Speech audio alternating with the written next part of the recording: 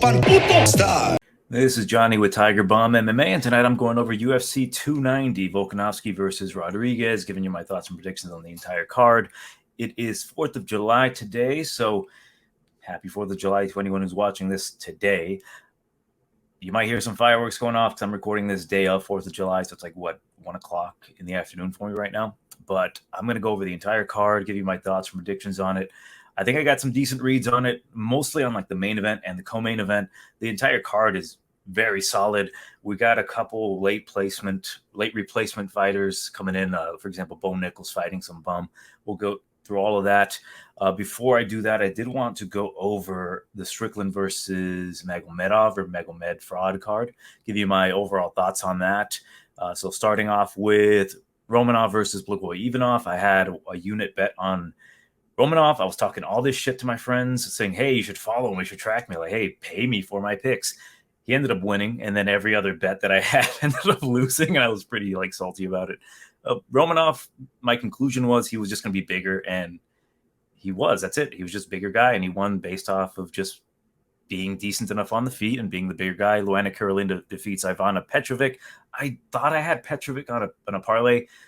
I realized I wasn't that fucking stupid, so I was good on that. Like, Carolina proved a little, I guess she proved me wrong a bit because she sucks, but Petrovic just couldn't get her down. Like, she had no option other than to just kind of flop around. So it is what it is. Guram Kutateladze gets knocked out by Elvis Brenner. And I stand by what I say about Elvis Brenner. Like, he's not the best guy out of that camp. I don't think he's particularly very good. But damn it, did he not win me over with his absolute toughness. Is just, wow. Like, I talked a lot of crap about this guy for not being, like, on Kutateladze's level, and Kutateladze in the first 2 rounds kind of proved it. Like, hey, beating the shit out of him. Like, he got taken down a few times because he was on that, TST blonde hair dye that he has, but it was impressive. It was impressive the fact that he kept pushing forward, getting Guram uncomfortable, and he broke Guram in the 3rd round. Like, if I don't like calling people quitters, but Guram was up 2-0. He chose to kind of panic strike with him, which is weird, right? You typically expect guys to panic wrestle, but Guram was panic striking, and I've never seen that before. He was just kind of throwing stuff to throw it to get Elvis away from him. He could have clinched up, gets hit in the neck, and it was a good shot, but Guram was just more than happy to take that knee. I'll just say that. So I did tell someone, I was kind of chatting back and forth with PayPal My Money, and I told him I think Kutateladze is everything we think he is, and then he gets stopped by Elvis Brenner. I'm like, ooh. What was wrong about that one? Cara Rosa defeats Yana Santos. I thought Santos could have won it. I had a unit on Santos, or not a unit, I'm sorry, a quarter unit on Santos. Didn't play out. I thought it was a sloppy fight. It could have gone Santos' way. No complaints from me here. It is what it is. Brito defeats Weston Wilson. Had Brito lost, he was a minus 1,300 favorite against Wilson. I wouldn't have been as surprised as Brenner beating Guram. That was the most shocking thing. Guram was minus 600. Joe Anderson was double that, minus that. Weston's a tricky guy. He had him in a knee bar that was kind of close, but Joe Anderson was like, I'm not tapping to this guy. And then he pounds him out. And it is as expected. There was a lot of jokes in my Discord saying hey, if Brito doesn't finish him in the 1st round, he sucks. Guess he doesn't suck. Because I kind of panicked, gambled. I bet a couple of units on Renat to win 1 unit. He was minus 200. Made it look too easy. I felt really bad for Kevin Lee, but Kevin Lee, we were joking around saying tattoos on the back of your head, haram for Kevin Lee for being a Muslim now. Double knee sleeves, haram. Dyeing your hair like a woman, oh, you better believe that's haram. And Renat, really, the best way to say it, came down with the hammer of Allah on Kevin Lee, knocks him out, and then chokes him out unconscious. Ew, Jesus. Anyways, moving on. Nursultan Rozabayev or whatever defeats Bruno Ferreira. Bruno had that coming, 100%. Bruno should have won that fight. He would have won that fight. He threw a naked leg kick against a much taller, longer guy, and he allowed a guy that's not as good as him to beat him. Simple as that. I was saying, Nursultan, he's a tricky, long dude. He can find a way to win.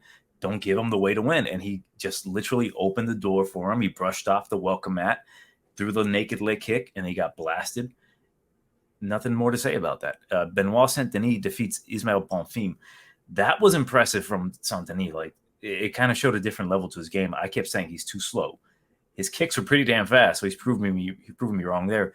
Bonfim, I think he just got overwhelmed. Like he wasn't expecting that. Like many people weren't. Like we weren't expecting Benoit Saint-Denis to go out there and like start throwing hard kicks immediately. Like we expected him just kind of trying to wrestle.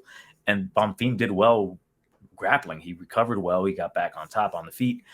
It just eventually he made the mistake. And I don't know if Bonfim was just kind of overwhelmed that he didn't fight the hands for the choke and Benoit took him out.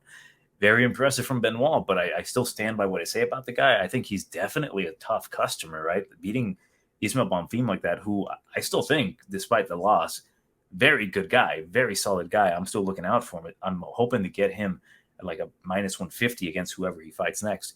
But Benoit Saint-Denis kind of proved like maybe toughness and determination might be enough to get him through a lot of tough challengers at lightweight.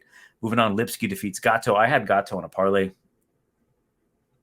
I thought Gatto did enough. Let me just say that right off the bat. I thought she did enough to win, but I knew she didn't do enough to win on the eyes of the judges. Like she didn't solidify the rounds. Lipski was moving forward. Granted, she wasn't really landing anything significant. She would on occasion. So I'm not like butthurt that I lost the bet. Like it is what it is. You're playing with fire when you're betting these people. I think I had my bet was Renat and Gatto in one of my parlays. It is what it is, right? Like you have to accept that like sometimes this is going to happen. And I shouldn't have bet women's MMA. It is what it is. Michael Morales defeats Max Griffin. Loved everything about Michael Morales in this fight, despite the fact that he looked kind of shitty everywhere. Like his takedown defense looked impressive. He shows that he is a very solid phenom type of fighter, but he can be a bit lazy. The moment he's not lazy, he can fight like a dog, but he's not learning how to fight like an intelligent fighter. That's what's bothering me about the guy. But what I loved about that fight is that Max Griffin knows talking shit. Like, I can't believe they're throwing me to this kid. All the homies bet on me, and I'm like, all the homies are pissed right now, Max. But there was a moment where where Morales like starts like mean mugging him and like pumping up, and then he throws a blitz. It's almost like he was like pumping up his meter like through his super special. I really enjoyed it. Like, it wasn't the cleanest performance, but it was a fun performance. Grant Dawson, I took a shot on Grant when he was still a dog. I had him with a parlay with Sean Strickland, and I recovered nicely in this card. I made 1 unit instead of losing like 3 or 4. There's not much to say. He just backpacked him the whole round. He showed how strong he was. And Demir, I think there was a reason why he retired. And then Sean Strickland, I am so disappointed in myself for not taking the live line on Sean Strickland. I missed it barely. I got greedy. I had him like maybe at a plus 110 and plus 105, and I should have just steamed it. But I kind of said like, oh, maybe I wait a little bit and it might go up a little bit more for me, like maybe a plus 130. And it literally went from like the minus or the plus 105 seconds into the fight to like a minus 200, then to a minus 550, and then he finished them in the second round. Boost looked good early, but that was it. Sean, he said it perfectly. He made him quit. He quit. Magomed quit. He was looking for a way out. He kept turning his back. It was an eye-opener for a lot of people that needed that cold water shower, saying that Abus is going to beat Sean Strickland in a 5-round fight.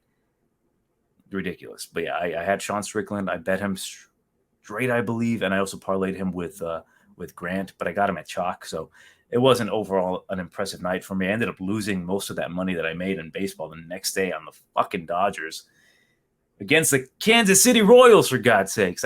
I'm still salty about it. Like, I drove my ass down there to Kansas City to watch the game, and they get blown out against the worst team. And I was so distraught that I actually like went shopping and I bought this shirt. And I don't know if you notice anything about this shirt, about this Puma shirt, how it's kind of drippy. I didn't notice it until I got home, and I'm like, by gum, that's jism on that shirt. So I'm wearing it as a reminder today to not do anything stupid. But yeah, let's get started with the main 290 card here, the prelims, the prelim opener, which I'm very excited to talk about. So I'm going to talk about these quite a bit. I have an extensive amount of notes, but we've got Kamuela Kirk, the Jawaian, versus Esteban Ribovics, El Gringo, I believe is what his name is. I like Ribovic. I was shitting on Ribovic in his last fight against Loic Rozabavov or whatever. And I'm like, yeah, he's not that good. He showed me in that fight he has that little extra something to kind of take him a long way in these fights, right? In 3-round fights against certain guys, I think he's going to have a lot of success. By the way, I was going to do a bit about me drinking lean. It's actually Sprite and like food coloring, but I kind of ruined the fucking thing and it tastes like ass now. But anyways, Ribovics versus Kamwela Kirk. Kirk's moving up to 155 from 145. He looked pretty bad his last time out. No like cookie cut, no sugar coating, I should say. When you're getting beat on the feet by Damon Jackson, it's not a good thing. And I look back at his career for Kamwela Kirk because I remember looking at him prior to making his UFC debut against can't remember his name, Amir Khani. I'm like, he's solid on the feet. Like his jiu-jitsu's good. Off of his back, he's good. His striking's good when he has that advantage. So what I mean by that is like Kamwela Kirk is very loose on the feet. He throws a lot of kicks. He's very like hands low, kind of flowy, very confident. Like, he's got a bit of swagger to him. He's got a black belt in jiu-jitsu, and it's good. He's a solid fighter. But what I've noticed about the guy is that if he doesn't have success on the feet or on the mat, he needs to have that success. He needs to be the better striker for him to feel confident. Like if you pressure the guy and you make him uncomfortable, he's not going to be the better striker anymore. Technically speaking, I think he's slicker on the feet. He selects his shots better than Ribovic. But Ribovic, he throws hard, he hits hard, he has good combinations to the body. Yes, he gets taken down quite a bit. And I forgot the odds, I'm sorry. Minus 195 for Gringo, and come back on the Jawaian is plus 165. So Ribovic being the favorite, I'm not too eager to bet him. I could have sworn I saw him at like minus one. Yeah, he's like minus 140 on Bovada right now. So I'll go with the Bovada odds right now. But with Kirk moving up to 155, I think he's going to have a better chin. I think he's going to have a better cardio. He might look better in this fight, but I still believe that he can break. It's not really an issue with cardio with him, right? Like I've seen him go multiple rounds and he doesn't get fatigued. I feel as if he gets in his own head. And if Ribovic can push the pace on him, make him uncomfortable, it doesn't even have to be in the first, second, or third period. It just has to be in one round. And I think if it even gets extended into the third round, where Kamwela Kirk is taking him down, kind of controlling him, maybe even going for submissions that are close, I just see that Ribovic, he's more of a dog. Like he's not discouraged. He got hurt many times by Loic in that fight with hard right hands, and it just didn't discourage him. Like he kept pushing forward. Like he was just a dog in there. Like even his like Kimura sweeps from his back, like he never gave up. Like he kept fighting in that fight. And I think Loic was a much tougher fight than Kamwela. Kamwela is just a much more complicated fight for him. I think Kamwela does have a chance to win here, especially if you're taking him as a dog. Just make sure that you're comfortable with him being comfortable in the cage, because if he's not comfortable in there, if Ribovic hits him with like some nice body shots, I can see Kamwela's demeanor change, because he's like a very loosey-goosey kind of guy, like hands low, selects his shots. He likes a slow pace because he likes to dissect his opponents. Like I've seen this guy in, I believe it was LFA. Let me make sure. Yeah, in LFA, he fought a guy named Daniel Swain. Daniel Swain retired on the stool, literally. Like he's like, I'm done fighting forever, because Kamwela Kirk was better than him everywhere, on the feet, on the mat. And that's how Kamwela Kirk likes it. He likes being the better guy. I don't think he likes being in a dogfight. Like when I saw his fight with Amir Khani, like you can tell he was better on the feet, and he didn't feel any sort of resistance on the ground, because all he wanted to do was hold him down, and Kamwela won off of his back. Against Damon Jackson, he got taken down and submitted by a lower belt than him, because he just didn't like the pressure. Like he was also ready to tap, right? And that's the thing I don't like about Kamwela, is that if you pressure him, and a guy like Ribovic, who will pressure you, he's not going to quit. You can hurt him. He'll keep moving forward. I like Esteban in this fight. I might actually take him straight as like a 1-unit bet on him if he's still like the minus 140. Hopefully money comes in on Kirk, because Kirk is a very good fighter. And definitely there's a lot of things he can exploit on Ribovic, even possibly submit him. But if he doesn't do that, I do think in the later rounds, Ribovic is going to put it on him, and we might see Kamwela Kirk break. Like even, for example, not Bruno Souza, Billy Q in the Contender Series, I believe. he wasn't the better fighter. He wasn't the better fighter at all than Kamuela Kirk. But that pressure, the pace, broke Kamuela Kirk completely. Again, that was at 145.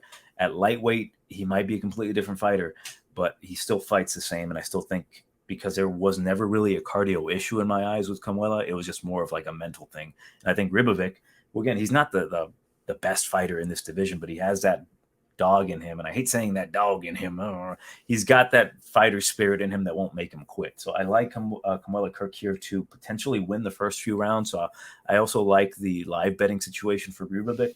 So I'll probably take Ribovic here to win in like the third or second round via TKO. So I might take him straight, depending on if the odds keep going lower on him, and then I'll take him money line as well. But I'll go with Ribovic to win this one by a third round or second round TKO. So I'll go third round TKO because I think Kamuela eventually will be like, I don't like this. I don't like what's coming back. Like this is probably going to be another situation where like maybe Kamuela wins the first 2 rounds and then Ribovic Brenners his way to a knockout in the third. Next bout, Shannon Ross versus Jesus Aguilar. Turkish Delight's his name. And let's see what Bovada has currently for him. He is minus 155 for Aguilar. Comeback on Shannon Ross is plus 130. So it's crazy because Tapology has it Aguilar minus 215. So I might have to jump on these lines pretty quickly if they're that much of a difference. Plus 175 for Ross. Really, what it comes down to this one, I do think Ross is a good fighter. He's definitely a good fighter. He can strike. He gets hit a lot. He's lost a lot of times. He's below a 500 fighter. He's 13-7 compared to the 8-2 of Aguilar. Aguilar, this is at flyweight, by the way. He's a short, stubby guy, 5'2", 62-inch reach. He's a stubby dude.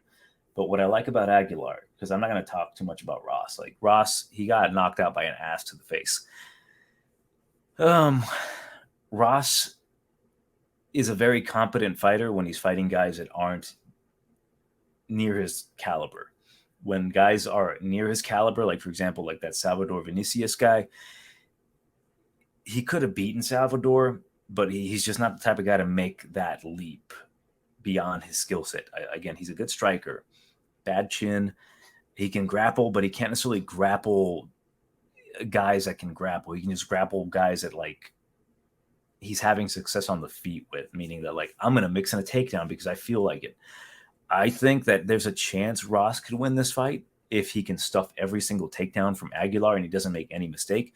But the thing about Aguilar is that he kind of sucks low key, right? He makes a lot of mistakes in the cage. And I think it's primarily because of his size, right? He's fighting big dudes and he makes a ton of mistakes, but he finds a way to win. Now he's fighting a guy who's just 2 inches taller than him and he's got 4 inches of reach in him instead of like 6 or 7 inches of reach. Aguilar is a relentless little pit bull. And I think I wrote down something funny about him. Like he almost finds it offensive that he has, it's almost like you're the 2 inches of height advantage that he has over you. He takes offense to that. Like, how dare you be taller than me? Like he fights that way. Like he goes after you. He throws really hard. He's got a nasty, nasty guillotine. It's his favorite maneuver. He finds a way to get it on you. And I think that he's going to use his wrestling here. Take him down, take Shannon Ross down, pound him out a little bit, take his back. Like he's got so many interesting like techniques. Like you can tell that he has some skill. I don't know. It's just hard to explain. Like his guillotine is good. His back takes are good. His ground and pound seems good, but like his takedowns sometimes look like absolute dog shit. He gets lost on top of position. Like you can reverse him, but then there's other moments where he looks like a solid guy on your back. So he seems like a guy who makes just too many mistakes and it could be a bit tricky. In this particular case, I think he's going to run through Shannon Ross. I think in the first round, I think he hurts him. Shannon might actually go for a takedown in this situation because he's going to be like, oh shit. Because whenever he feels uncomfortable, he might kind of shoot for a takedown here against Aguilar. Because Aguilar throws with really nasty intentions. And I think he's got a solid chin. He's not a quitter. And I think he's going to finish Shannon in the first round. So I'll go with Aguilar, round number 1 submission. The best way I can describe it is that I think Jesus Aguilar could possibly knock out Shannon on his way for him setting up a takedown to get the submission, if that makes any sense. Like he just throws a regular, like not so hard right hand to go duck under to take his back, but he's already knocked him out. So I'm like, oh, well, shit. I guess I got a knockout instead. So I'll go with Aguilar to get a finish period in the first or second round, but I think it's going to be in the first round. Moving on, we've got Cameron Saiimon, MSP, Dipset, versus Terrence Mitchell. So with Saiimon here being the true African warrior that he is, he's taking a fight on short notice against Alaska's own Terrence Mitchell. The odds from Bovada have it minus 480 for Saiimon and plus 350 for Terrence Mitchell. But let's see what, Bovada has it minus 450. Yeah, it's about the exact same. So not really much to say here. Terrence Mitchell, I saw tape on the guy. He looks impressive when he's fighting guys in Alaska. He's a tall guy. He's 5'10". He got knocked out by, what the hell's his name? Kai Kara-France back in the Ultimate Fighter back in the day. He's not a guy you should take lightly for sure, but Cameron seems like he's very well trained. He's fighting a guy who really doesn't match him in any sort of way. I think Cameron, if he stays intelligent, he doesn't try to force a knockout, he's going to win via decision, possibly a point fighting.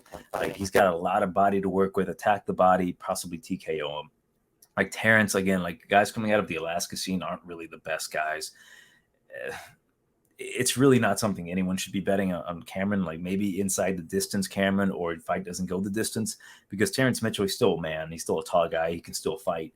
It's just that he's not a very skilled guy, and he could possibly catch Cameron sleeping here. I've got Saiimon to win by TKO in the second round.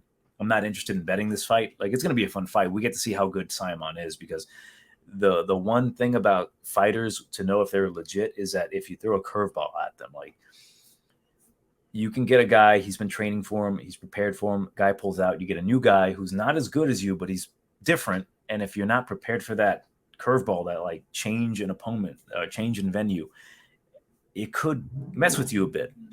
So let's see how Cameron survives this, if he can make it 9-0 by beating Terrence Mitchell. We might crap on the guy, but it's a good challenge for Saiimon. It's just one that we expect him to win. Well, we'll see what happens, but I've got Saiimon to win this one by a second round TKO. Next bout, we've got Vitor Petrino versus Marcin Prachnio. So let me take a look here if I have any real notes on Petrino, other than Petrino is just a raw guy. And by that, I mean, you can see that he's got athleticism, power, he's got some skill, but he's not a polished gemstone quite yet. He's still just a raw piece of material that he can be formed into something impressive. He is minus 275 here against Prachnio plus 220. Bovada, because I want to cross-reference here. Yeah, minus 285 plus 225. Roughly around the same. What I believe in this fight is that Prachnio is the better complete fighter. It doesn't matter at all in this situation, because Prachnio may be the better fighter, but Petrino's just the better athlete, which will then propel him to being the better fighter this night. Petrino's going to knock him out in the first round. Petrino hits hard. He can grapple just enough. The athleticism of him will make Prachnio kind of second guess himself. He's not fighting inanimate object William Knight anymore. He's fighting a guy who's wanting to take his head off. And the thing about Petrino is that he can mix things up. He can grapple himself, not perfectly. He's still very young. He still needs to learn some things, but in this fight, I think he will catch the chin of Prachnio in the first or the second round. Prachnio can kick hard. He's got good kicks. He can catch Petrino kind of slipping if he tries to counter strike with him. But I don't particularly see Prachnio as the best counter striker. He's more of he has to dictate the pace himself. And when he say, for example, he survives an ass whooping, maybe he can exploit the gas tank of Petrino, whose gas tank isn't that great himself. Even in the fight with, I keep calling him Bellator, Rodolfo Bellatao. Bellatao was having success on Petrino. He even hurt Petrino, but Petrino just finds a way to get that meme knockout. And I think he gets the knockout here against Prachnio, and I'll say look to fade him in the future. But right now against Prachnio, I don't think so. So I'll go with Petrino in the first round via finish by knockout. Next bout, Tatsuro Taira versus Edgar Chairez. So I'll talk about Chairez because that's really what I need to talk about. He's making a short notice appearance here. His former opponent was... Who was it? It was that quitter. What the hell's his name? Rodriguez. Clayton Rodriguez was supposed to fight Taira. And there was a lot of oh, maybe this is the fade for Taira. I didn't think so. in this particular matchup against Chairez, I like Chairez as a fighter at flyweight. He's a tall dude, 5'7", 72-inch reach. He fought Clayton Carpenter in the Contender Series. He looked good. He had a good account of himself. Like, he was able to stuff takedowns. But what's funny about Clayton Carpenter, and I've heard this, I forgot who said it, but Clayton's not like particularly very good. Like, he has a lot of success despite him not necessarily being the best well-rounded fighter. He can wrestle, he can strike. He can get taken down himself. He's not quite the guy we thought he was, essentially. I think with some time, he will be that guy. And he had success against Chairez. He eventually took him down, controlled him, and won the fight via decision. But he was having a lot of struggles with Chairez on the feet because Chairez is a decent enough striker. So I was watching tape on him on my way to Kansas City on Sunday. So I'm watching all the stuff on him, like how he uses his length pretty well. He's a tall guy, good boxing, decent defense. He throws a lot of spinning heel kicks that don't really land, but they're pretty fast. And if you're not really paying attention, he can catch you with that. So his takedown defense has gotten better, but I do feel as if you chip away from him, you chip away at him, and you're going to take him down. And a guy like Taira, who loves taking the back, he's a fantastic, phenomenal grappler. He will eventually get him to the ground, whether it's immediately or later in the rounds. For him being minus 910, Taira, I forget the odds. Minus 110 Taira, come back on Chairez plus 600. Yeah, minus 1,000 plus 600 on Bovada. So same odds here. So with this fight, what did I write down? The interesting thing about Pitbull Chairez is that his last fight against Vasquez was one of the worst stoppages I've ever seen in my fucking life. He has him in a triangle choke. Chairez has his opponent in the triangle choke, chokes him out. He's out. You can tell the body is heaving, like he's not breathing. Chairez, because he doesn't get a tap and the referee's not stopping it. I just thought, like, I'm guaranteeing you've probably heard this story before from other people on the YouTubes. But yeah, he gets a fucking arm bar. He's not tapping because he's out fucking cold. He eventually wakes up with his arm in an arm bar. He's like, what the fuck? And he starts tapping. It was the worst stoppage ever. But yeah, Chairez has a lot of openings. He's going to be a fun fighter for flyweight, like guaranteed. Like, I'd love to see fights with him and like CJ Vergara. God, I hope that they kept Daniel Santos, Miojo. Love that kid. That'd be a great fight. But yeah, Taira is just too good. Like, he's 23 years old.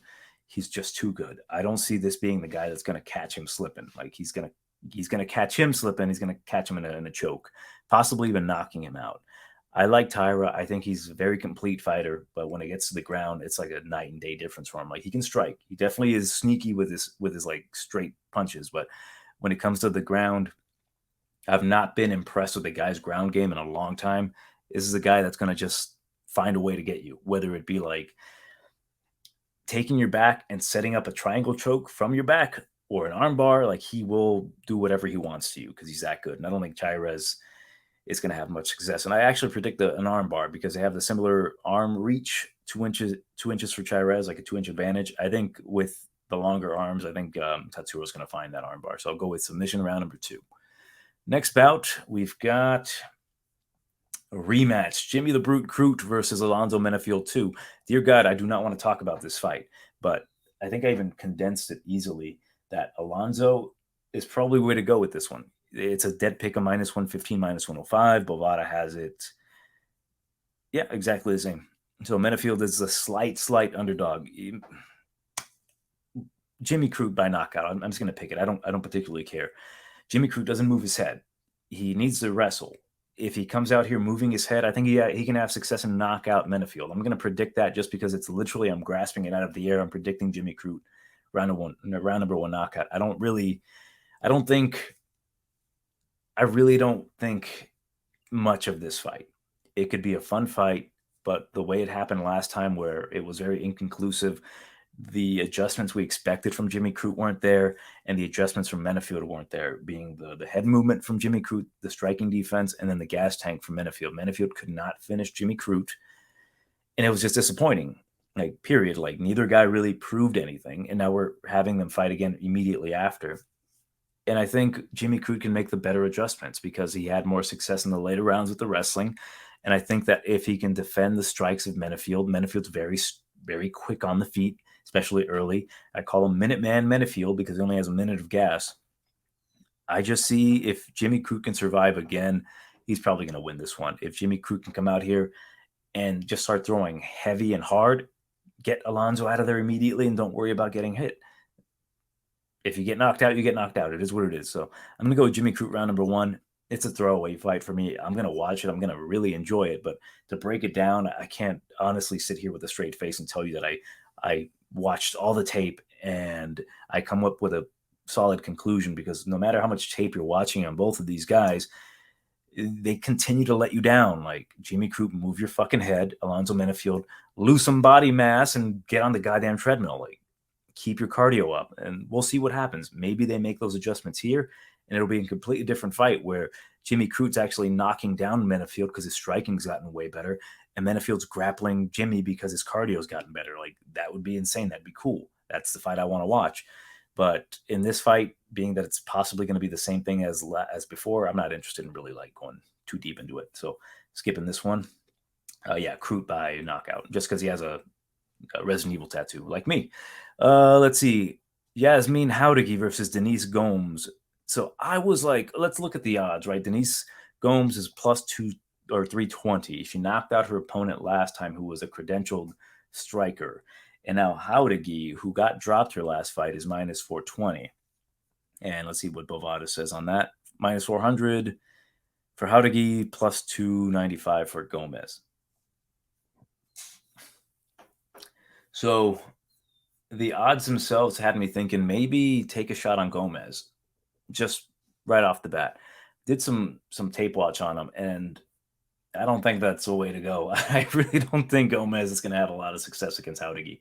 The reason for it is that, she knocked out her opponent in Bruna Brazil, but if we're being honest here, Bruna Brazil fought like an absolute idiot that fight. I don't know what she was waiting for. I don't know what in the world she was waiting for. She was just standing there with her hands low, and she accepted everything that Gomes threw at her, whether it be punches, whether it be the clinch. She just allowed herself to get ragdolled, and not really ragdolled. She wasn't getting tossed all over the place, but literally, she was just a ragdoll. She was just there to get hit. She was just there to stand there. Hands low. She looked absolutely terrible, but in the opposite effect, she made Denise Gomes look like an absolute killer because she was just swinging wildly. Denise Gomes' striking is god-awful. She's a brown belt in jiu-jitsu, but I don't think her jiu-jitsu's any good. I really don't think in MMA it does her any solid service. Yasmin Jauregui, she's a good striker. Terrible defense sometimes, though. That's what I don't like about her. I've seen her get clipped too many times, like with Nunes. Nunes dropped her because Jauregui was making too many boneheaded mistakes. But what I will give Jauregui is I don't think she's the type of person that makes the same mistake twice, meaning she threw a naked leg kick to Nunes, who's a counter striker. She countered her with a straight right hand, dropped her. She got back up, and she had to shake the cobwebs off. But everything else from her was good. Like, she's got good volume, good pace. Like, when she puts her combinations together, they're very nice. But I think she's going to be too fast for Gomes. I think Jauregui, if she comes out here patient, like she was just too eager to get the fight started with Nunes last time. She kept going forward and getting countered by a very good counter striker. Nunes is 0-3 in the UFC, 0-2. She really shouldn't be. She's really good. Despite that, Jauregui handled her. She beat the shit out of her in the second round. And with Gomes, she's going to be too slow. I don't think the grappling is going to be too effective here. Gomes is not a very physical person. Jauregui is a type of fighter that, if you clinch up with her, she will not accept it. She's not going to be like Bruna Brazil, who just backs herself into the cage or goes for the clinch. She's going to push away, throw elbows, knee, get the underhooks, circle away from the cage. She's going to use her cardio. She's going to make sure that she doesn't get anywhere close to Gomez's fight. She doesn't want any of that shit. She wants to knock you out. And I think eventually she's going to knock out Gomes. She's going to either tire her out, hit her to the body, land combination punches on her. She might eat a few punches from her because Gomes, despite her swinging stupidly, she can connect. She hits decently hard. I don't think it's going to matter here. I think Gomes is going to take an ass whooping, and it's gonna signal the Mexico's 1-0. Let's see if they can go 3-0. I think it's 3-0, right? How many fucking Mexican fighters are fighting? 1, 2, 3. So that might be the narrative. It's 1-0 for Mexico, and that's guaranteed. I don't see a way Jauregui loses this fight unless she breaks something or something crazy happens. I know MMA is a great sport because we get unexpected stuff like Brenner knocking out Guram Kutateladze, for God's sakes. I hated it, but I loved it at the same time because it keeps the sport so fresh for me. But Jauregui is going to have her way with Gomes. I don't see any other way. I don't think it's really worth betting because, like, I do think Gomes can probably take an ass whooping. She can flop to her back.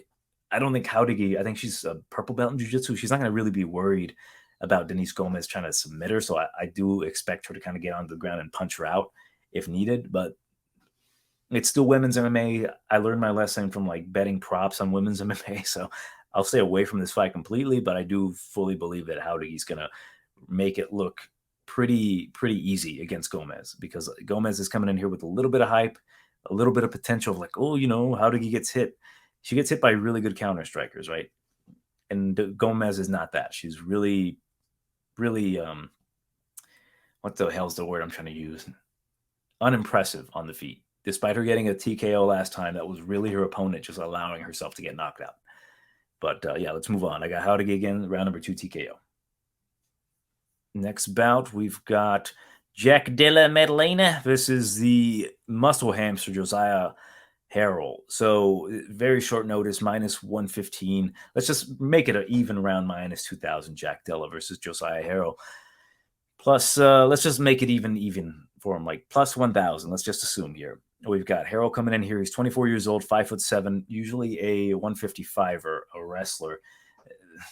Jack Della is going to have his way with him. This is going to be round number 1 or 2 TKO for Jack Della. Josiah, I watched some tape on him. I saw how easily he can be controlled on the ground. He's physical for his weight class, but against Jack Della, who was training to fight a much more dangerous wrestler grappler than Josiah. I know Matt Brown said like, oh, he's going to shock the world. He ain't going to shock shit other than like, I guess the world when he's convulsing on the ground when Jack Della knocks him the fuck out. So I predict that Jack's going to knock him out. There's a multitude of ways that Jack can knock him out. Obviously on the feet, he's superior with his striking, with his boxing, just everything about what he does. There's a reason why he's so hyped because you don't see striking like that so clean. He doesn't often get hit cleanly. He finds ways to like counter you. He attacks the body beautifully. He can submit you on the ground now after he hurts you. And Josiah's given up his back and he's gotten nearly pounded out himself. Like, it's just really whatever way Jack wants to get the finish. If, say, there's been nothing but knockouts and he wants a submission to potentially get a fight bonus, he'll go for the submission. I'm positive he can get it. But realistically, Jack Della's going to pop him with a jab a few times hard, bust up Josiah. He's going to shoot for takedowns. He's going to stuff him, and then he might take his back and pound him out with, ground and pound. So I'll go with Jack Della round number 1 knockout. If Josiah wins this fight, Jesus, that'd be devastating for Jack Della, but I don't see a way that happens. Like, again, Jack Della was training to fight Brady, which was funny. MMA Twitter people, that leaked bet came out about like the max unit bet on Brady.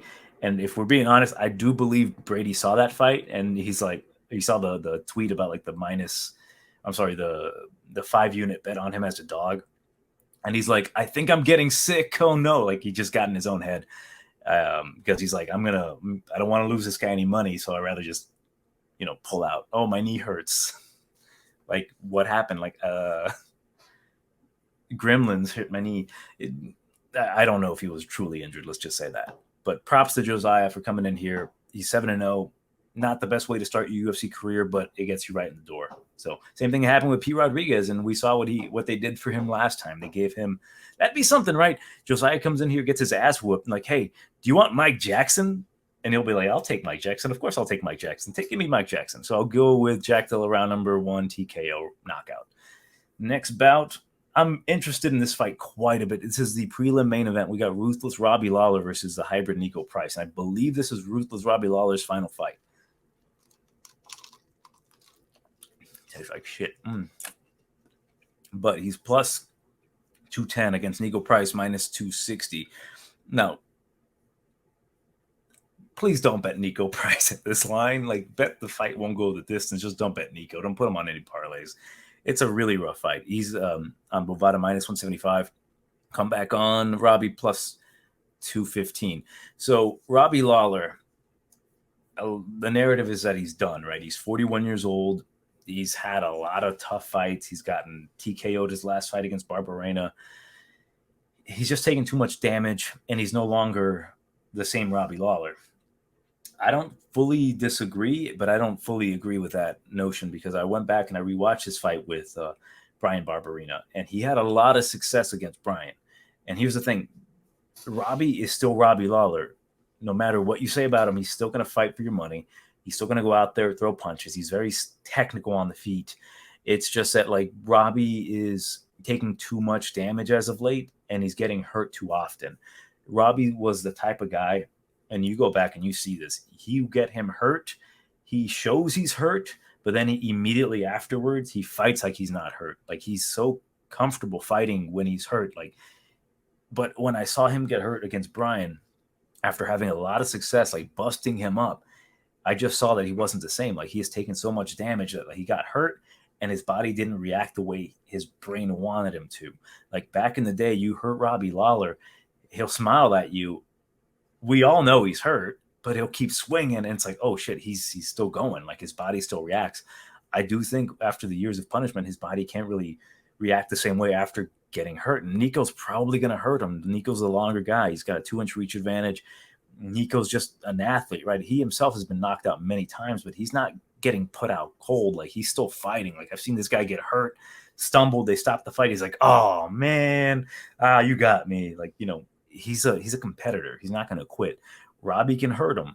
The other issue I have with this fight with betting Nico is that, tell me this, does Nico remind you a fighting style of a certain somebody? A little bit kind of like Robbie Lawler, like a relentless guy that's going to go after you and try to knock you out, try to win by any means necessary.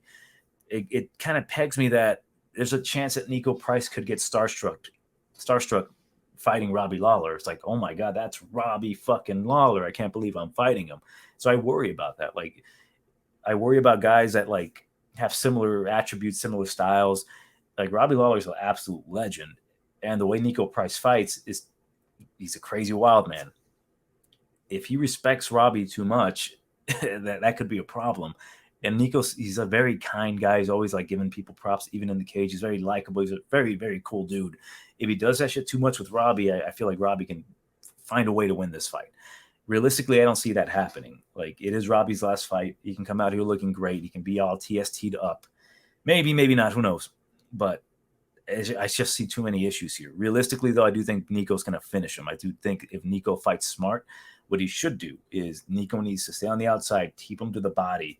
Like, Robbie's getting hurt a lot easier these days. Like, you just find a very nice shot, hurt Robbie. And the thing about Robbie's, like, even in that Barberena fight, he was rolling with the punches very well. But back in the day, he would roll with them and you really wouldn't hit him as cleanly, but he was still getting cleanly hit in those exchanges. Like, he would block a few punches, but like 3 or 4 or 5 would come in.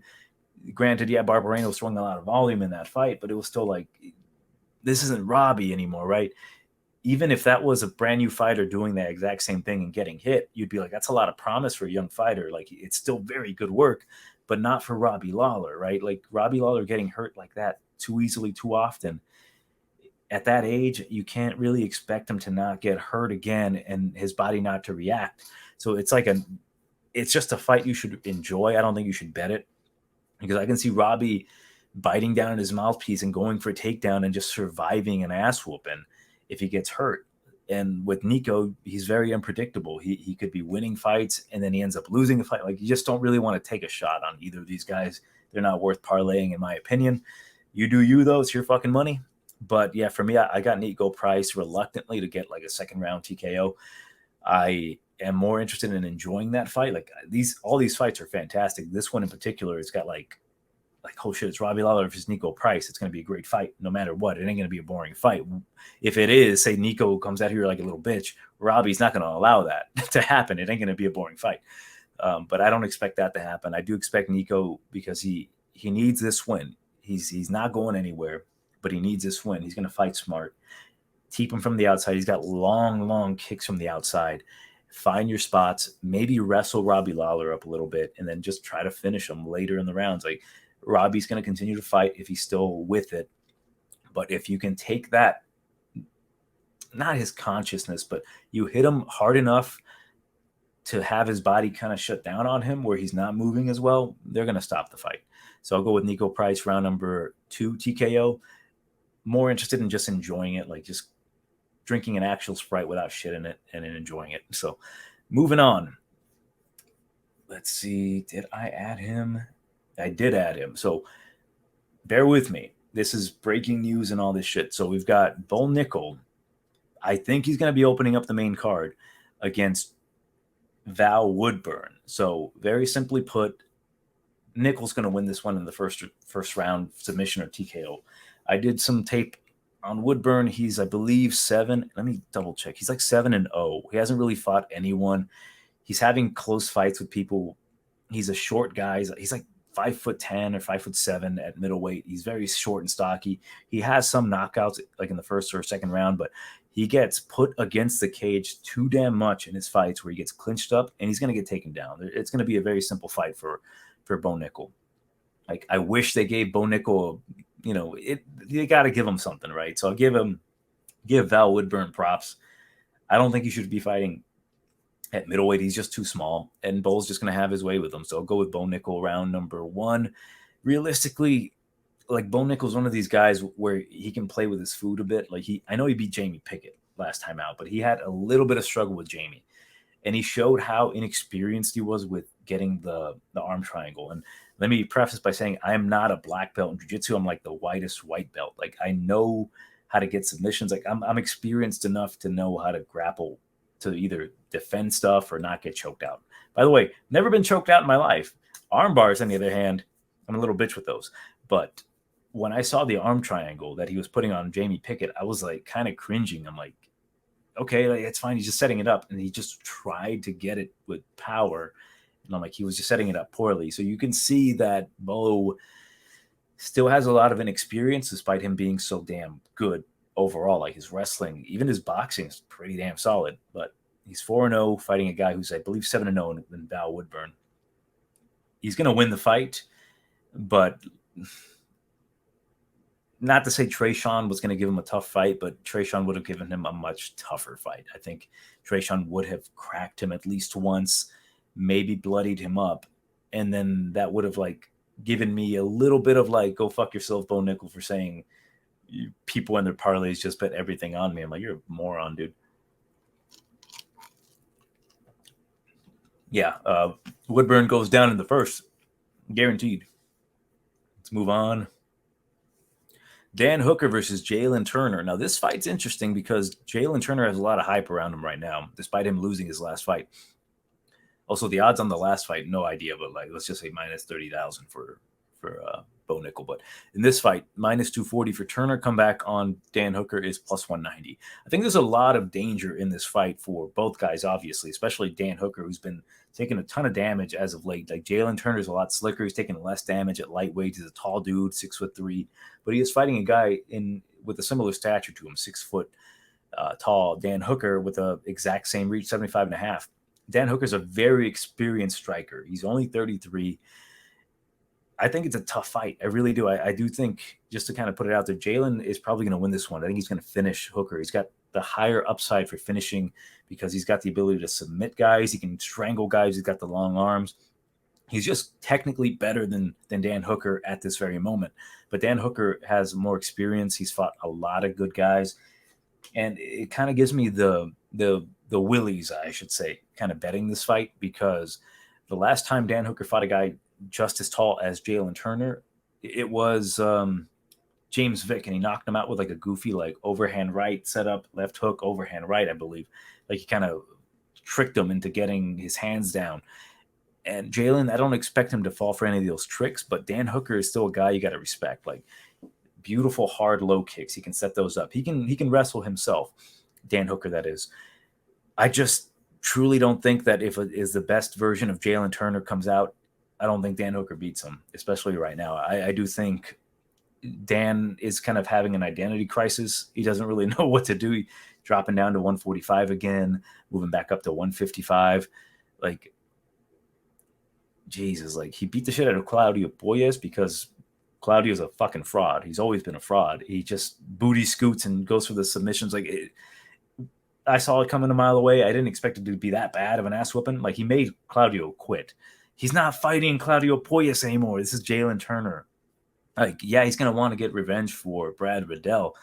But the way he handled Brad was like, Brad was really close to being like top 10, top 5 at one point. Like, wow, Brad's really good. He's got great fights under his belt. Like, he's fighting really great. And then Jalen just took care of him easily. In his fight with Gamrot, you could say that he beat Gamrot. Like, it was a really close fight. I had money on Gamrot. I wasn't sure. I'm not saying it was a robbery either way. It was just a really close fight. But arguably, you can say he beat Gamrot, and Gamrot's a tough guy, even hurt Gamrot. Jalen Turner, round number 2 TKO. He just needs to watch out for anything tricky from Dan. Like, I just think Jalen's going to be able to avoid anything significant from Dan Hooker. He just has to mind his P's and Q's with the calf kicks, and he'll be fine. So I'll go with Jalen Turner. I think he's going to truly clinch up and attack the body of Dan Hooker, get him tired, and eventually finish him up with something, possibly even submit him. Realistically, I'll go round number 2 TKO. I'm going to really enjoy this fight. Like, a lot of these fights are, like, the odds are kind of like not necessarily balanced properly. Like, realistically, Jalen should be minus 250 in this situation, but I do think there's a way he can get caught and knocked out. Like, realistically, though, Jalen's been knocked out before. It's just that, like, the progression that he's made, he shouldn't lose this fight. But there's a lot of fights like this in this card where it's like, these are not as clear and cut as the odds say or what your eyes think. So, perfect example. Moving on to the next fight of the night. I think this is the featured bout. We've got Robert Whittaker versus Dricus Stilnox du Plessis. Whittaker minus 385. Come back on du Plessis plus 300. Let's check Bovada to make sure. That's exactly it. So in this fight, not much to really say than, like, Robert is the better fighter everywhere. Better striker, better grappler, better cardio, better strength of schedule, better fight IQ, better technically, faster. I don't want to say better looking. Du Plessis is a pretty good looking dude, but the only thing that I guess Du Plessis has on him on paper is the age advantage. He's younger by a few years. I think 3 years. He is taller by an inch, and he's got about 2.5 inches in reach for him. Dricus should not win this fight. As I mentioned before, like, things aren't always as clear as what your eyes are telling you, and that's Dricus to a T. I see Dricus fight, and I'm like, this guy's absolutely sloppy. He's running out of breath. He throws his punches from a mile away. He gets really lucky sometimes. He loses position. He drags guys on top of him. He is, as people say, the best, worst fighter, period. But he's a damn fucking winner. He keeps winning fights. And what is it about him that keeps winning fights? The compliment I can give him is that no matter how ugly it is, it's often highly effective. And that's who he is. He's an effective fighter. It's not pretty. It's effective. The way he was striking against Brad, Jesus Christ, Brad Tavares. I was trying to say Brad Katona. Imagine. Yeah, against Brad Tavares, he would just blitz him like 1, 2, 1, 2, chin up in the air. And I'm like, oh my God, it's a matter of time before Brad knocks him out, and I had money on Brad. Every punch landed on Brad. And I'm like, are you fucking kidding me? And he keeps doing it. Like, his best performance was against Darren Till, where he ran through him in the first round, and then it got ugly. Then in the third round, he made an adjustment, took him down, and submitted him. I'm like, okay. And then the next fight with Derek Brunson looked bad, survives the grappling, then he beats the shit out of him in the second round. I'm like, dude, he looked better in the second round against Brunson than Jared Cannonier did. Jared Cannonier eventually took him out. Like, he knocked him out clean, but I thought that realistically, Du Plessis had a better performance than Cannonier, because it was still a closer matchup than Brunson taking him down consistently and Cannonier not being able to do much. And it's kind of crazy that way. Like Duplessis always finds a way to win. And I'm like, is there a way he wins this fight? Like, absolutely. He can definitely win this fight. Like, the thing is, realistically, Robert beats him absolutely everywhere. It's just that with Dricus being such an anomaly, like, I do worry that because Dricus is so absolutely funky and awkward with his striking, he can crack Robert and knock him out. Is that going to happen? Probably not. Like, Robert is the truth. He, to me, is the middleweight champion. Like, I thought he beat Izzy that second fight around. It's just that, like, am I really going to put money and keep betting against Dricus? Like, I've done it so many times that it's like I've been classically conditioned to not bet against Dricus Duplessis. Okay, I've been beaten into submission to not count out Dricus Duplessis. I've done it too many damn times. And even again, where I'm like, this is easy money, max bet Robert Whittaker, which I kind of want to do. It's like, don't do it. Like, they ring the bell and I'm like, oh, don't bet against Duplessis. So here's the deal. Realistically, I want to pick Robert Whittaker to win. That's what I believe is going to happen. I'm going to just, as a pick, I'm going to take Dricus Duplessis because I want the African fighter to beat Israel Adesanya and send that Chinese guy back to China. So I'm going to automatically give myself a loss here and take Dricus Duplessis by knockout in round number 2. So the funny narrative is that Dricus got his nose fixed. And I do believe that. I do believe that, like, he was breathing heavy through his mouth because he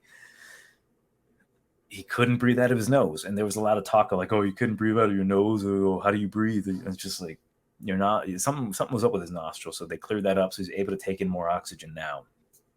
That's a double-edged sword because, like, he has to kind of adjust to breathing in through his nose. It's hard to, like, change from only breathing through your mouth more than often because that's how much oxygen you can take in to changing it to your nose. So when I would run all the time, I would run like a couple miles like every day. And I trained myself, like, do not breathe out of your mouth, period. So it takes a while to, like, adjust to not breathing out of your mouth when you're, like, huffing and puffing. So eventually I just breathe out of my nose. And then, like, you calm down your body and you breathe out of your nose. So I do worry that potentially he's not accustomed to that, but I do know that if he gets semi-tired, he can adjust to breathing back out of his mouth. So I do think Dricus has some interesting cardio for that reason. But yeah, I'll give myself an automatic loss on this one. I'm going to pick Dricus, knockout, whatever. So realistically, though, I think we're all in agreement that Robert Whittaker should just beat the shit out of Dricus. But with Dricus, man, even if you're beating the shit out of him, he'll just, like, close his eyes and just, like, ah! And he knocks out Robert, and we'll be like, what the fuck just happened here? If that happens,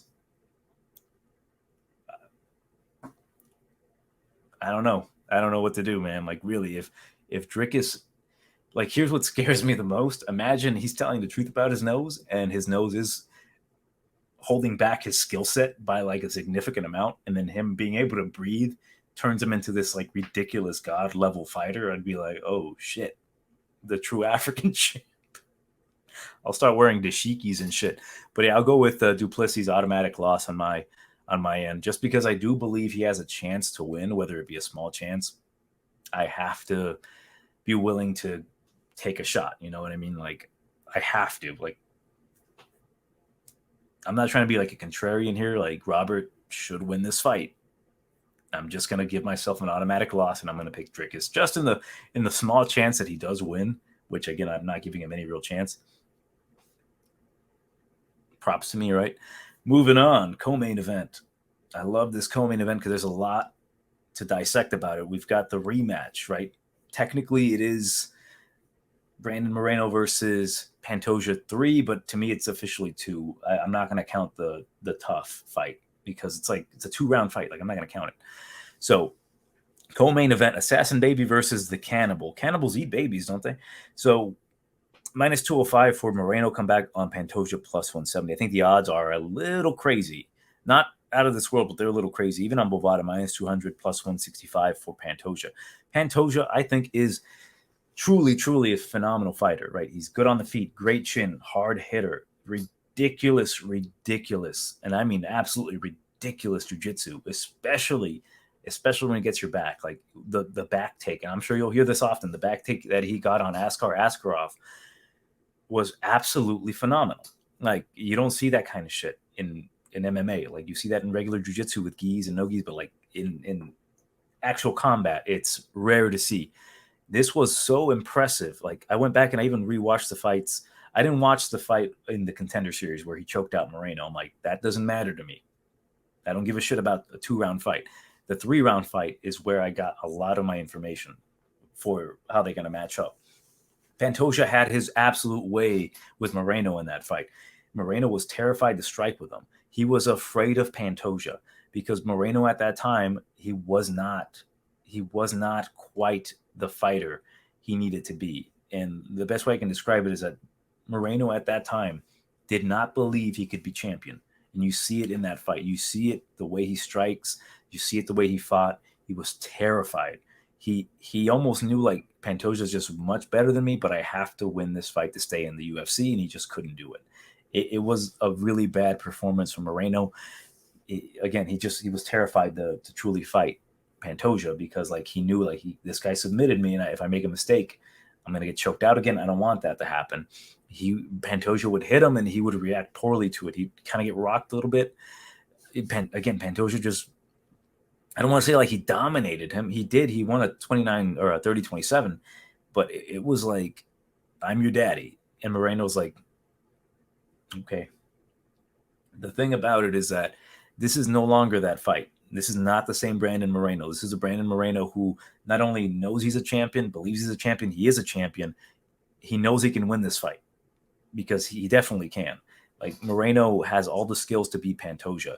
It's just that he didn't really know how to fight him at that time. He was just not confident in himself to beat Pantoja or to fight Pantoja the way he needed to win. Like, the way you beat Pantoja is to, number one, get him tired, and number two, pressure the shit out of him. So maybe they coincide. Number one, pressure. Number two, tire him out. Because if you fight Pantoja in his fight, where it's like, for example, the best way to lose to Pantoja is how Manel Kopp did it. Do nothing. Just let him dictate. Let him move you back. Allow him to punch you. Allow him to out-volume you. Or, for example, like the way he beat Alex Perez, like, allow him to take your back. Allow him to do whatever he wants to you and then give up. Like, Pantoja finds a way to win in multiple ways, but there's definitely ways to beat the guy. He's lost 5 times. And he's lost a few times in the UFC. So for people to say, like, Moreno's going to get finished here, it's just crazy because I hear people taking Pantoja, and I agree. Pantoja has a lot of upside to win early by finish. I do think Pantoja can definitely win a decision as well if he wins the first 3 rounds, which he has done before against Brandon Moreno. It just depends on which Moreno shows up here. Like, Moreno, again, he's a champion for a reason, right? He fought Figueiredo 4 times. He put up valiant efforts every single time. And in 2 of those times, he finished them. And in one of those times, you could say that it actually should have gone his way as well. So in this fight, the way I see it is that the way to beat Moreno is take him out of his comfort zone himself, like, make him fight uncharacteristically. Make him fight unintelligent. Make him fight with that quote-unquote Mexican spirit where, like, I think Pantoja hits harder. I think Pantoja is just a technically better striker. Moreno's got really good boxing, really good jabs. Like, his striking has evolved, right? Definitely from that first UFC fight till now. The main reason was that Moreno wasn't throwing any kicks. Moreno can kick now. He's more comfortable kicking. So that's another factor. But, like, for example, if Pantoja comes out here, he takes Moreno's back, chokes him out. Easiest way to win. He fights Moreno in like a phone booth fight. He can knock out Moreno, definitely. At least hurt him enough to finish him. Moreno's been hurt before. There's a lot of upside in picking and betting Pantoja, especially at like dog odds. But if Moreno fights intelligently, like a champion, I think this is his fight every single time. I don't think he's going to lose this fight. To say that I'll say that I don't think he'll lose it. Definitely there's ways he loses this fight. But the way I see this fight happening is that, as I mentioned before, He wouldn't throw any kicks, and he fought like a fucking pussy in the first fight in the UFC, in the first UFC fight. Terrified of fighting Pantoja. Brandon's much better on the feet now. He can wrestle better, not great, but better cardio. I just think he's definitely fought the better competition as of late as well. Like, yeah, Brandon Royval is a great competition. Manel Cape, great competition. But with those fights, like, I'm not going to count Perez. Was it Perez? I'm not counting Perez. Perez just allowed him to get choked. But Manel Cop allowed himself to lose that fight by not doing anything. That was like bare minimum Cop.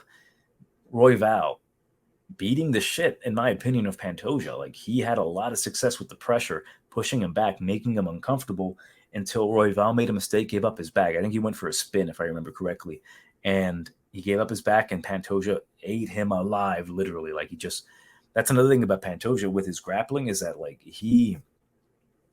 with a lot of fighters, they can take your back, but they can't always finish the choke. He finished the choke on Royval, who was a solid jiu-jitsu guy. He's a black belt. And I'm like, that was highly impressive.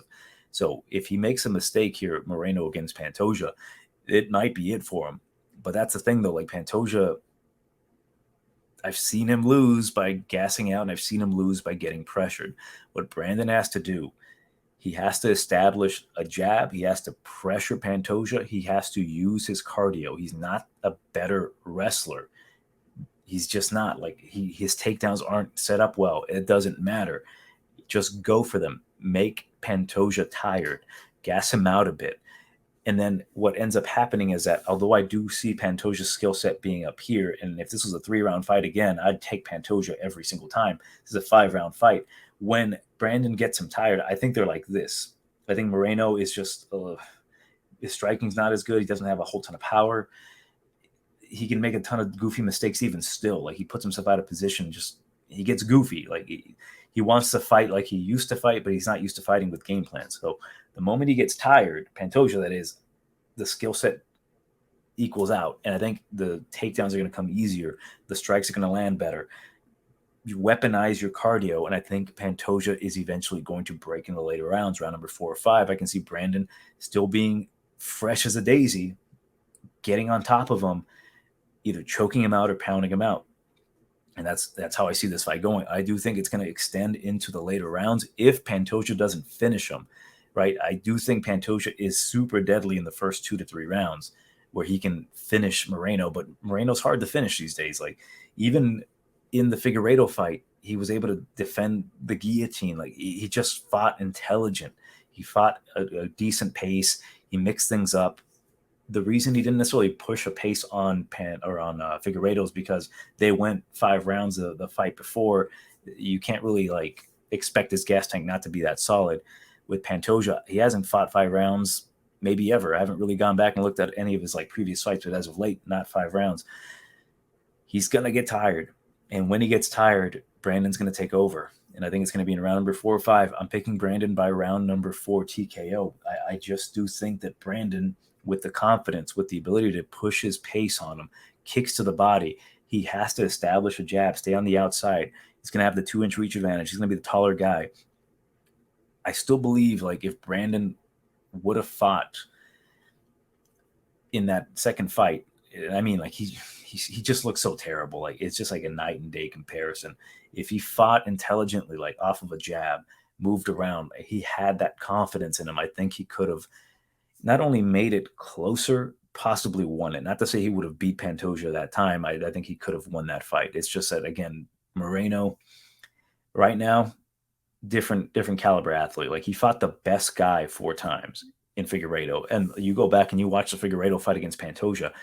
Pantoja is again a great striker. Figueiredo petrified him. He would hit him, and then he would try to wrestle. The pressure from Figueiredo to Pantoja, he didn't like it. And that's, I think, the key issue here is that if Moreno pushes a pace, like a pressurous pace on Pantoja, avoid strikes, clinch him up, hit him to the body, kick him to the body. We saw Moreno's left body kicks be super effective.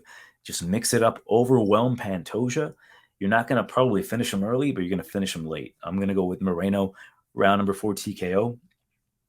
I believe he can do it. Like, it's crazy to say, like, I believe he can do it. He's the favorite here.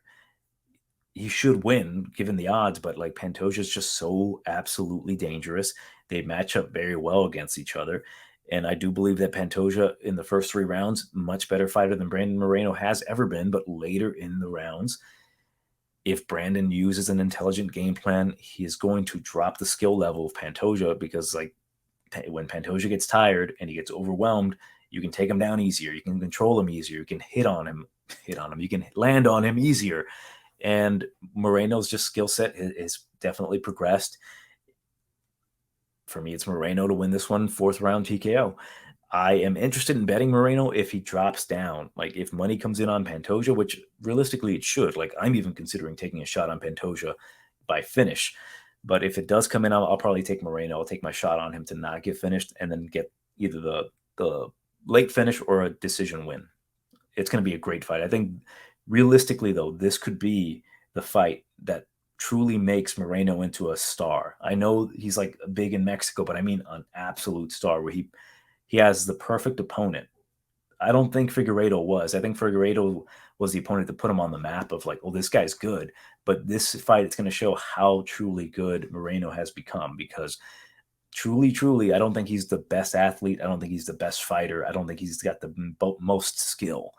I just think he's got a little bit of everything with a pace and with a certain type of demeanor, with that like fighting spirit that could push him into like superstardom if he wins this fight. So I'll go with Moreno, 4th-round TKO. All right, now Volkanovski versus Rodriguez for the UFC Featherweight Championship, the 145 belt, the main event of the evening. Alex, the Great Volkanovski versus Yair La Pantera Rodriguez. I know I called him La Pantera because I think he's a bitch, but minus 435 for Volkanovski, I think is a little too much, right? Like I suck on the Volkanovski dick. Okay, I call him the greatest. Period. Alexander Goat Kanovsky, the 2-time UFC featherweight and lightweight champion, because he beat Islam, the best fighter in the world right now, in my opinion. But those odds, I think, are ridiculous, right? Plus 325 for Pantera. Pantera, he's dangerous. He's absolutely dangerous. So I think everyone knows the story here. We've got a very tall kickboxer, Taekwondo star in Yair Rodriguez, who's fighting a very short yet incredibly talented Alexander Volkanovski. So it's 5'11 versus 5'6. Funny enough, Volkanovski has a 1.5 inch reach advantage in this fight. So I'll just preface by saying this. If Volkanovski was 4 inches taller, we would be, instead of talking about this fight, we'd be talking about like, oh, I can't believe that Alexander Volkanovski is going to go for his 4th UFC belt and fight Dricus du Plessis for the middleweight championship. Would be like, well, damn, that's an interesting fight. Like, Dricus does have a height and reach advantage, and he's super powerful, and he did knock out Izzy. So Volkanovski's going to want to get revenge on him. We'd be talking that talk right now, but he is not, unfortunately, 5'10", bare minimum. Should I be taking him at heavyweight as well? Volkanovski is legit one of the best fighters I've ever seen. Like, I was doubtful of him in the beginning. I'm like, right now though, he's beautiful. Like the way he handled Max that last fight, he beat the shit out of him. Like, he made the adjustments. He did everything perfectly. Like, he feinted beautifully. That's what he does. Perfect feinting, great boxing, good kicks to the legs, strong monkey man. Like, he's super strong for his size. He's just so damn good. He gets hit a little too often, though, sometimes by guys you don't expect to hit him, like Islam hit him, dropped him to one knee. Didn't really like that. The issue here with Rodriguez, I don't like Rodriguez. I've never liked Rodriguez. I despise Rodriguez. I think Rodriguez is a little bitch. I don't think he deserves a UFC title shot. He's earned it just because he won a fight. He won one fight, and they gave him an interim belt title shot against Emmett, which I thought was like, it is what it is. He's going to beat Emmett, but they're really trying to rush him, right? They're really trying to rush him because for the UFC, it's a win-win. If Pantera wins, they get another Mexican champ, and it's like, yay, we go to Mexico, we're going to make a shit ton of money. If Volkanovski wins, the greatest of all time, the number one pound-for-pound fighter in the world, did his thing again, and all is well with the world, right? So it's a win-win for the UFC. In this fight, though, because Pantera, he has a lot of danger in his way, right? Like he can throw hard kicks. That is his thing. His body kicks, his head kicks. My biggest concern in this fight, realistically, is that if Volkanovski gets caught, obviously with a kick, Yair's not the best puncher. He's not the best boxer. He's okay, right? He can't particularly grapple. Yes, he got a submission over Josh Emmett, but Josh Emmett, he's not the best jiu-jitsu defense guy, right? Like he's just not. Like Josh Emmett's just so used to like hitting people and them going down. And Josh Emmett's a tough guy, but I just thought it was like a tailor-made fight for Yair Rodriguez, for him to kind of get like, hey, go for the title. But yeah, realistically, my biggest concerns are if he can crack Volkanovski with something and knock him out. Clearly, that's obviously a big concern, like kicks to the body. Or even if Volkanovski blocks the kicks, I do worry that his kicks are very strong, that it could break something for Volkanovski and he loses that fight, whether by TKO via a break or he just doesn't fight intelligently. I shouldn't say intelligently, but he just doesn't fight to his potential because he has a broken limb. So those are my biggest concerns. Pantera does slow down. He throws way too many, I guess, flashy techniques that do wane on his cardio. He's hittable. He's been hit quite often. And I don't want to use MMA math, but the way that Yair fought against Max Holloway, it was close, right? He got beat up by Max.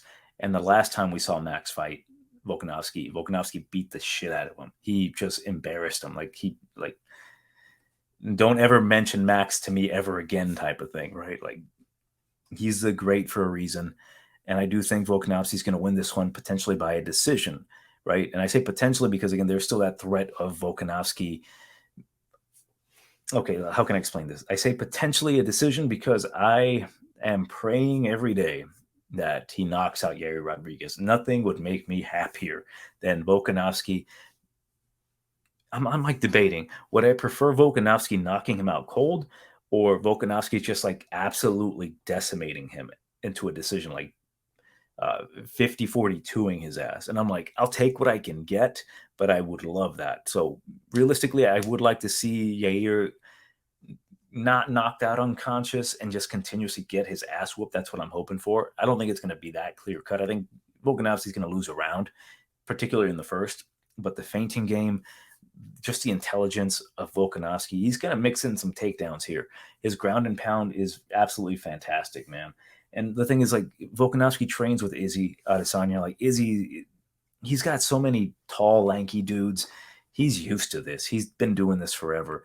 Volkanovski, there's not a whole ton of people like him. There's not anybody with his strength, with his feint game, with his IQ, his eyes. If you pay attention to the way he fights, his eyes are like wide open. He sees everything.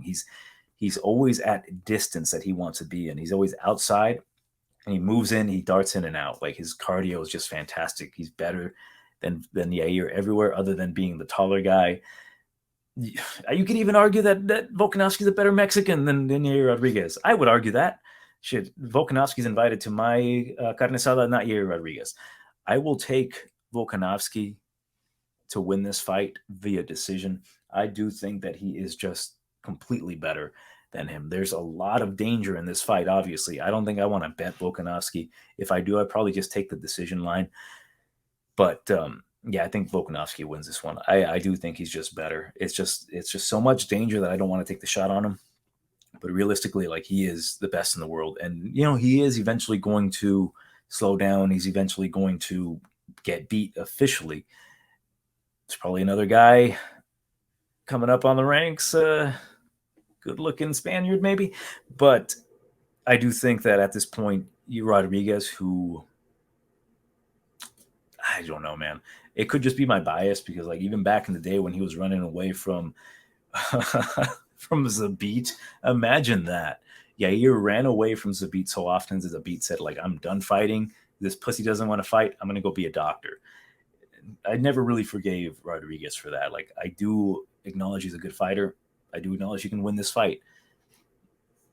I just don't see a way that if it gets extended, if he doesn't get a knockout, that he doesn't lose to Volkanovski, who, again, he doesn't make mistakes in there.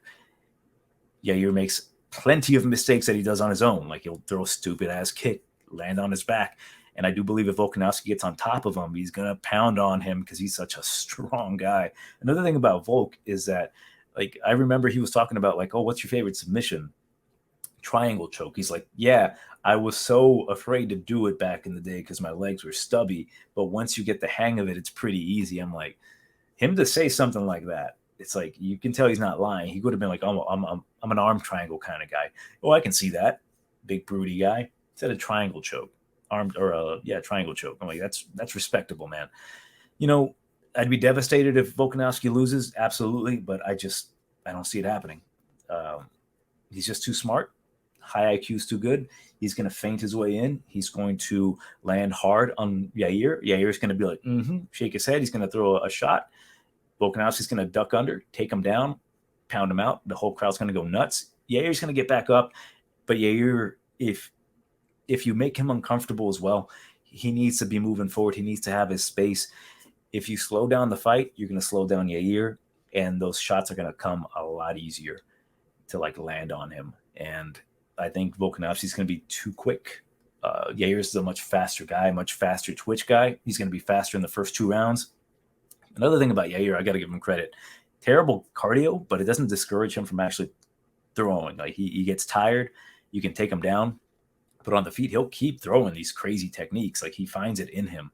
So I'll give him credit for that. But I do think that it's going to be close the first 2 rounds, and then you're going to see Volkanovski just, like, take over, and then Yair's going to keep making mistakes. And for the love of God, if there's another ridiculous reverse elbow here where Volkanovski is whipping his ass, I would die internally. I don't see it happening. Volk is too smart for that. Volkanovski by a decision is what I'm going to go with. But yeah, those are my predictions for UFC 290. Let me see what I like for bets on this particular card. So again, Ribovics, I like Ribovics straight. If I can get him around that price tag of like the minus 140, maybe minus 130, I'll take a shot on him. Taira by finish, I like that. I don't think the odds are out there quite yet. I like Victor Petrino. Probably parlay him. I like Jauregui, but I don't like her price tag. So I'll potentially add her in a parlay.